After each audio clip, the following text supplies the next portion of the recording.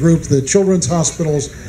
What is it about you and your past and your soul that has given you that devotion? There are plenty of people who have been successful in this world who couldn't care less about the people around them, but you are the absolute opposite. What is it in your background that got you there?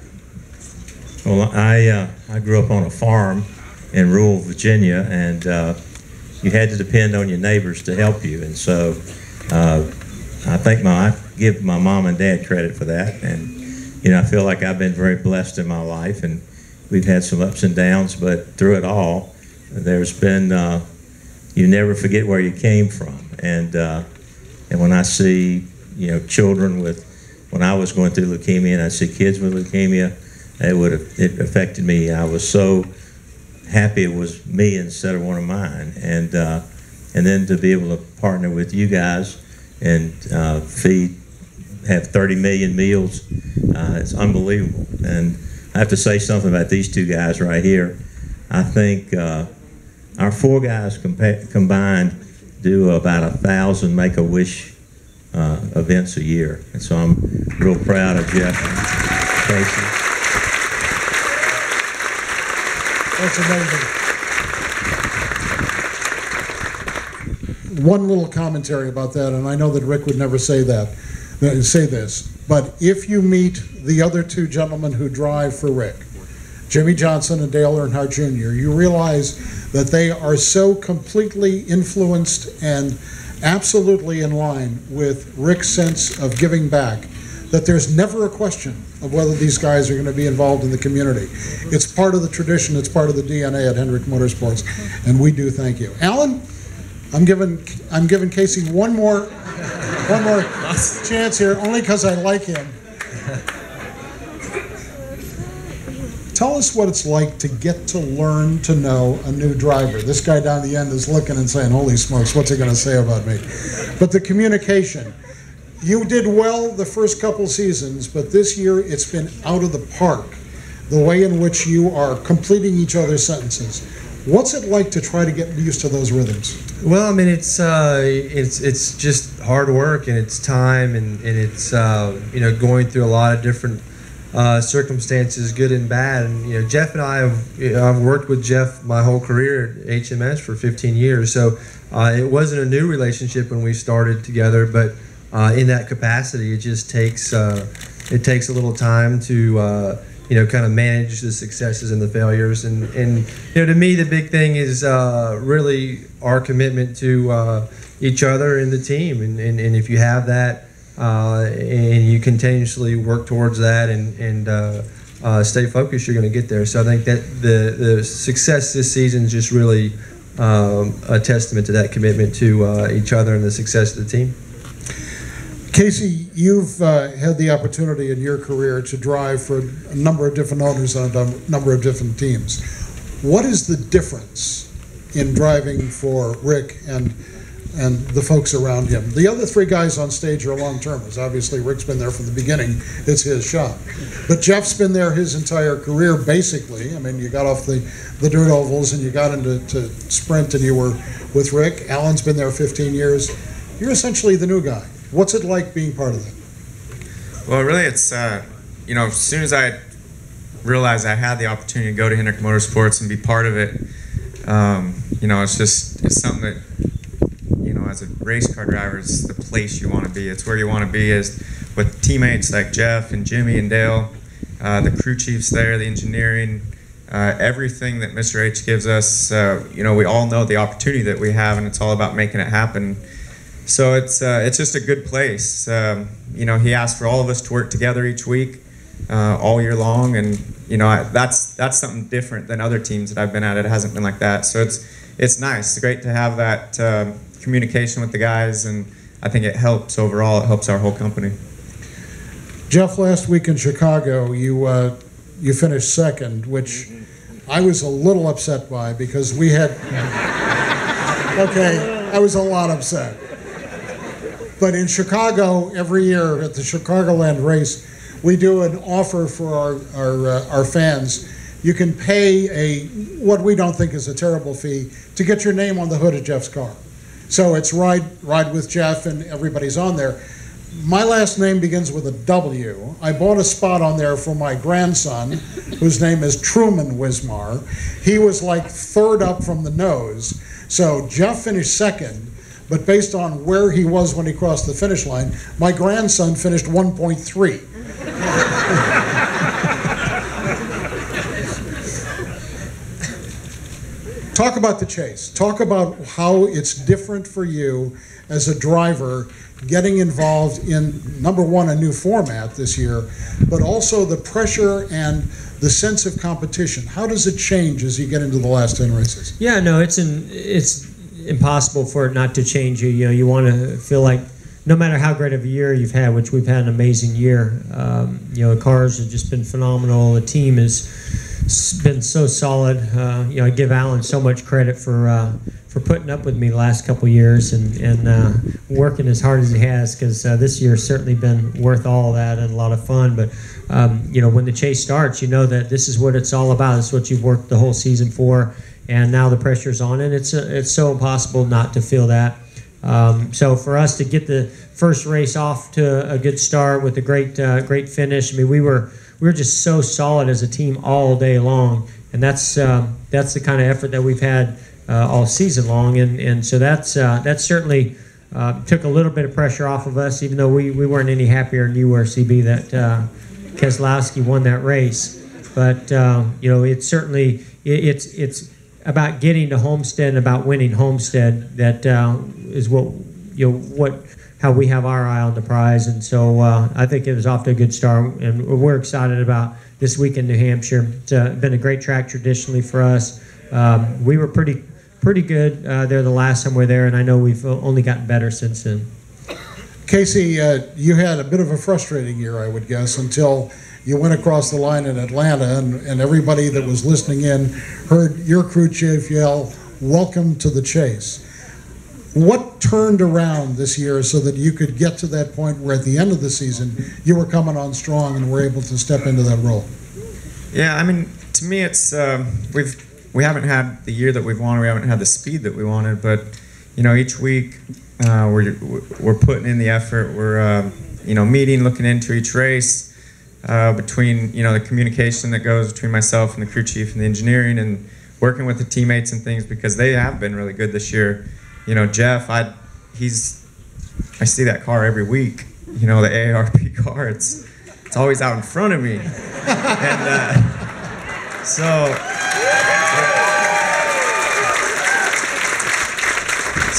we know that the speed's there, and.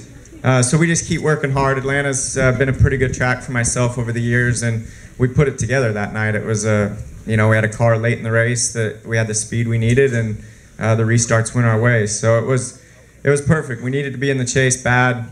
Mr. H makes that very clear at the start of the year. So I'm glad that we were able to make it there and be with the teammates, and now we're just working hard to get our stuff to where I'm comfortable and can compete with these guys. Rick, I have heard you say, and I hope this isn't telling tales out of school, but that you make some money selling cars. That means you get to lose it racing cars. Why did you get into racing? What was the motivation years ago for you to get involved in racing and to, at this point, and I think we'll all agree, be the premier team in all of NASCAR? Thank you. I'll give you $1 later. Too late. No, I actually, I tell you, I grew up on a farm. My dad raced modified cars, and probably up in this part of the world, you probably heard Ray Hendrick drove one of the cars and won over 500 races. So I actually rode to Trenton, New Jersey for the championship in the back of a pickup when I was about 11 years old, and we had a trash bag in case it rained. Now these guys complain if they don't have certain desserts on the plane, you know.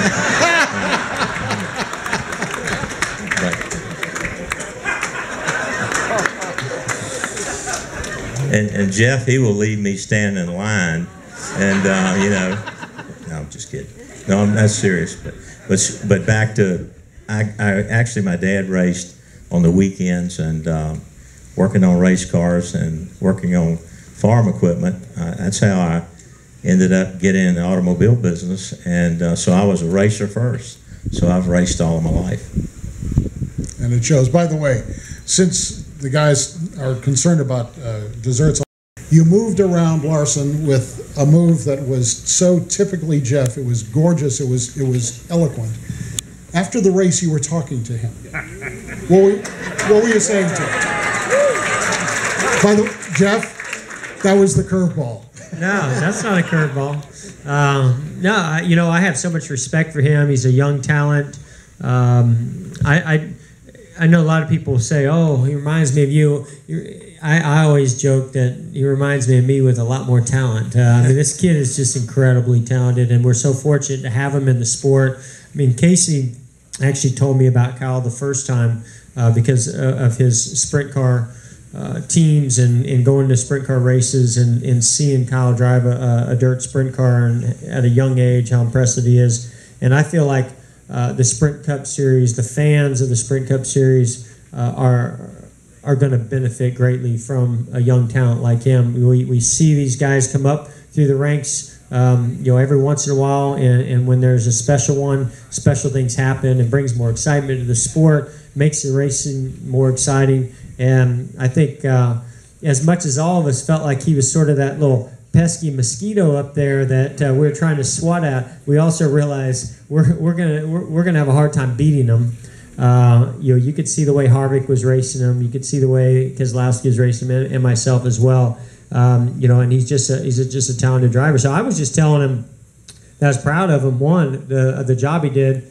I might have been saying that because he didn't wreck me when we were, you know, swapping back and forth, and it was literally, you know, less than inches in between us at times. But you know, just the effort that he put out, as well as I didn't mind just stabbing a little bit in there on Keselowski because I didn't understand why Keselowski drove into him under the caution flag. So I just wanted to remind him of that.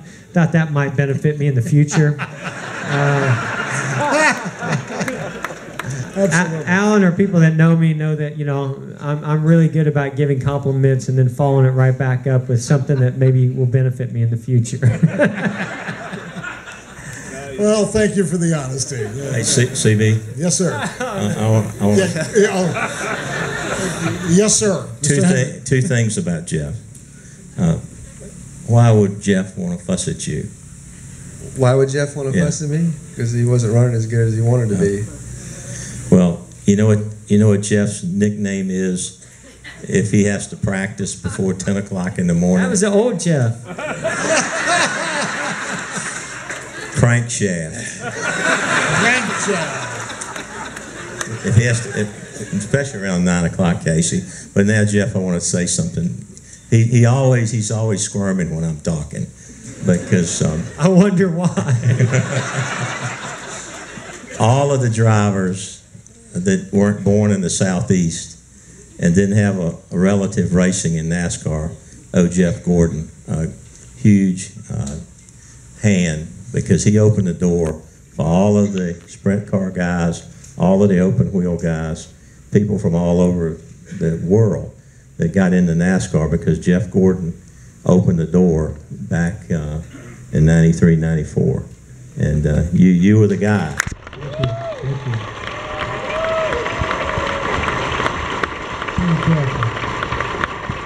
Now we got drivers out there from Connecticut. Exactly. Amazing.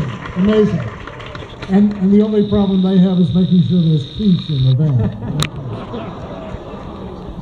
Casey, you've had a lot of experience not only driving dirt tracks, but obviously great experience in NASCAR, and you are considered, whether you consider yourself this or not, but you are considered a good road track driver. How do you learn a track? How do you approach a track? You're going to get into a car in about 3.5 minutes here, probably 5.5 minutes, and go around this track for the first time. Skip Barber just told these people that this is not a simple race course. What are you going to do?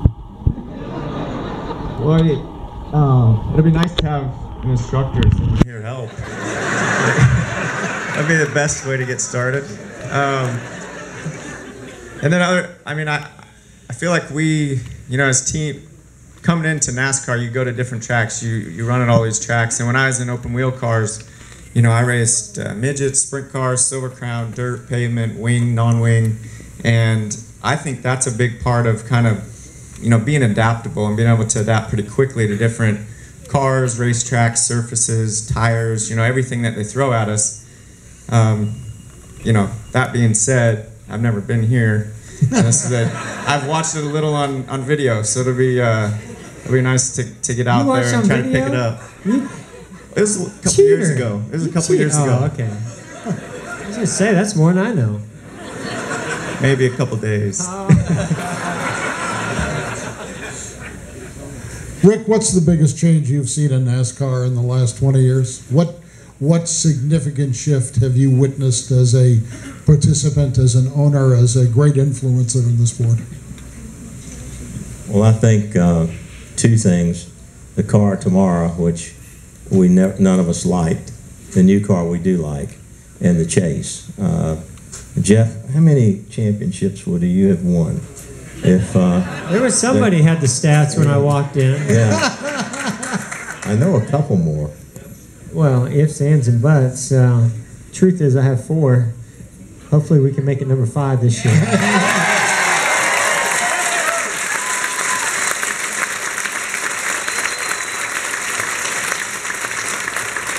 I will say,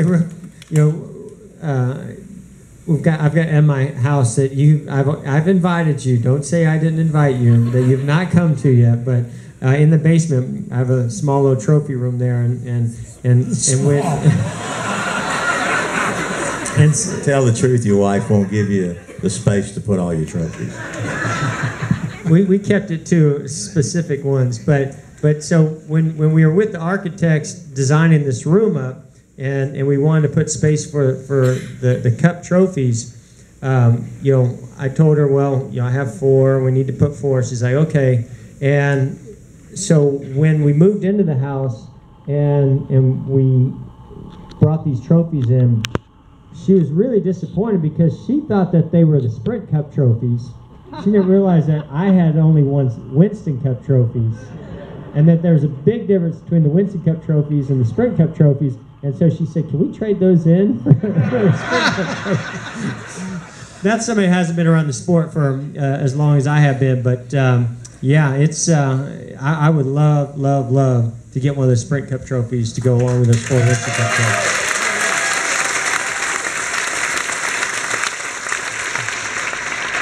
At him and glanced with his blue eyes, and I was surprised he was still standing.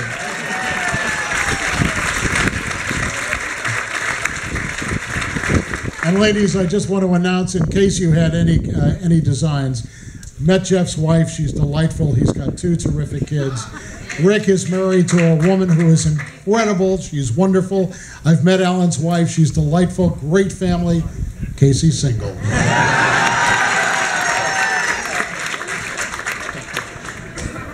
Alan, it's the important communication between you and Jeff that goes on during a race, obviously, is the result of the data. You have a managed down responsibility to all the guys on the team. How do you approach unifying the team to make sure that they are all working in the same direction? Yeah, it's a tough job at times, and the thing for me is just having the right people and having people that aren't selfish and are focused on the greater good of the team, and the best way that I feel like I can influence that is lead by example and always do what's best for the team and not do what's best for the few. So I think the culture that Mr. Hendricks generated and Jeff's had a huge part in, and I've learned from the both of them on how to do things the right way and do things for the the good of the team. And that just goes down through our whole company. So I think you lead by example, and that's the best I can do, to show them and to keep that team unity. But I do want to comment. I was in the car with Casey, and that whole high school girl phenomenon was crazy. I thought that Justin Bieber was next to me or something. It was. They must have been holding up the ESPN magazine article. It was Exactly. It was cool though. I knew what it was like to be Justin Bieber for a second, so that was fun. Hey, I've got a Casey story. I think if you go to ESPN, the magazine, you can see Casey holding a tire over his head with no shirt on, and he's got quite a six-pack. And so we had a dealer meeting with all of the ladies in the automotive group, and so Casey didn't know it, but I ran copies of that and gave them to all the girls. So he gets in line for autographs, and they start handing him those signs. His face was redder than that tin out there. I mean, and it was just flashing. Yeah, you had fun with that for a little while. Later, at the Christmas party later that year, he shows up on this big screen that we had in the room, and I was on that. So it was. Luckily, you forgot about it until someone just brought that back up. I wish I had them today. I wish I brought them. We'd have given them out in high school. Exactly. I'm going to ask the three of the gentlemen on the stage to give us one final thought each, because then we're going to excuse them to go down and settle into those really nasty-looking Camaros down there, and to get a couple laps around this track so they can be prepared to take some folks for a ride. I'm going to ask Rick to stay on stage and hope that I can get Skip Arbor up here, because I want to talk a little bit about the history and the future of racing. But final thoughts, Jeff? Anything you'd like to share with these guys? We're thrilled to be here. We're so thankful that you guys came out. This event wouldn't happen if all of you weren't here participating in this to help out those more than 9 million older Americans that fight hunger every single day. So thank you for that. I can't think of a more fun way to get together, get some laps in at a cool racetrack that I've never been to, get ready for New Hampshire this weekend, and raise great awareness and funding for such an important cause to all of us, the Drive to End Hunger, than this right here, being here in Lime Rock. So thank you guys so much.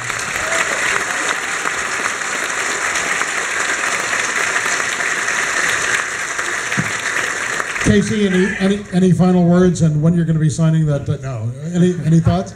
Yeah, just it's great to be here. You know, excited to come up with the guys and be part of it, and looking forward to making some laps at Lime Rock and giving some rides and having a good rest of the day. So thanks, guys. Thank you. Alan? Yeah, I mean, Jeff put it really well. I appreciate you guys coming out. It's a great crowd. It's fun to be around people that have a lot of energy and are supporting a great cause in AARP and the Drive in Hunger, and it's going to be a fun day. So I'm looking forward to going and get humbled by these two guys here for the next little while and get beat. But it's been a fun day. So thanks for coming out. Thank you. Forward as the changes or the future of NASCAR, what is on the horizon from your perspective? You know, I think you'll see other manufacturers getting in. I don't know. I can't say that I know who they are, but I know there's, folks like VW or Nissan, different manufacturers that looked at it. I think you maybe will see that. I'd like to see some more road courses. This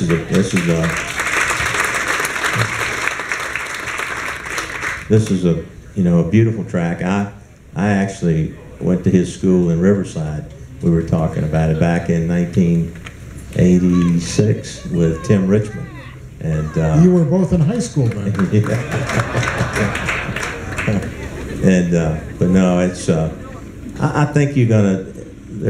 NASCAR's really working to make the cars look more like the cars you see in the showrooms, and I like having all the other manufacturers involved. I think the new TV package is going to be exciting.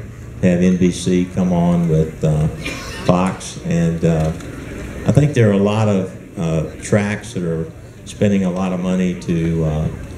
I think you're going to have Wi-Fi. You're going to be able to, in the future, get the telemetry off of the cars in the stands, And there's a lot of things on the drawing board to have more interaction with the fans. And I know Daytona's spending a ton of money. I think it's $250 million. It's kind of Daytona's answer to Cowboy Stadium. Big screens, escalators. I mean, it's going to be really nice. They want it to be their show place, so they're really working hard on it. So I think we can't expand the schedule anymore unless we drop races. But I think you'll see technology, more fan interaction. The networks are planning they've got a lot of ideas. Actually, we're meeting with NBC next week. So I think the future's really bright. The crowds are good, better as the economy's picked up a little bit. Skip, you have your pulse, your fingers on the pulse of all of racing, certainly not just NASCAR. What do you see as the future of other types of racing, prototype racing, sports car, etc.? Boy, it's, as we all know, I mean, any road racing fan here, it's been such a mess in this country. First, the IndyCar division, which has fundamentally killed IndyCar. The racing's great, but nobody knows about it. Sports car racing, it's up in the air. We've had the merger of the two sanctioning bodies. I think it's not clear yet who's in charge and kind of what policy is, if that's the right word, is going to go forward. We're all optimistic. That's why we're spending the money on the race. No escalators, but that's why the only thing escalating is the cost. We wouldn't do that if we didn't think there was a real future, but it certainly isn't clear. One more for Rick, and then thank you all for your time and attention. Rick, you are a very wise man, and I say that not gratuitously, but because I have benefited from conversations with you and what you have taught me. What is your message to young folks coming up that are interested in this world and pursuing it? How do you coach and counsel kids that come to you and say, Mr. Hendrick, I want to race? And we get an awful lot of resumes in Charlotte, but I think the grassroots effort, the kids that start in go-karts and then quarter midgets, and whether they are in late model or full-bodied cars or they're in sprint cars, there's growing grassroots efforts, a lot of tracks, a lot of opportunities to showcase talent.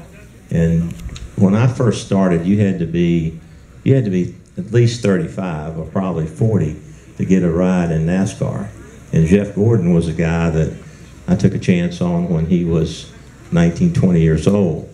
And now this Chase Elliott, I signed him when he was 14 years old. And this year he's 18 and won 3 of the toughest nationwide races out there. Darlington against Harvick and Kenseth and all of those, Kyle Busch. And so folks are looking at the younger talent. And there's a tremendous amount of opportunity, more than I can remember when I first got into sport. So you've got the K&N series, you've got just so many different avenues for them to get there. And now the teams have scouts that look at kids like Kyle Lawson and different guys that they see them in sprint cars. And I followed Chase since he was 13 or 14 years old. We've got several other guys that are in their teens that we're watching. So there's I think a lot of opportunity for young people that love the sport and want to get into sport. And I'd say today you've got to start when you're 6 or 8 years old. If you wait till you're in your late teens or 20s, it's too late. Wow. I'm going to do one thing. It's a matter of personal indulgence, and I would invite you to join me. I set foot on this racetrack the first time 50 years ago. And 50 years ago, I was being mentored by a man who was very instrumental in the creation of this track, named John Fitch. And the day that I showed up, when John said, let's go driving one day, He had a Formula Junior, which those of you who don't know is an old open wheel car, and there were 2 Formula Vs, Volkswagen engines, open wheel.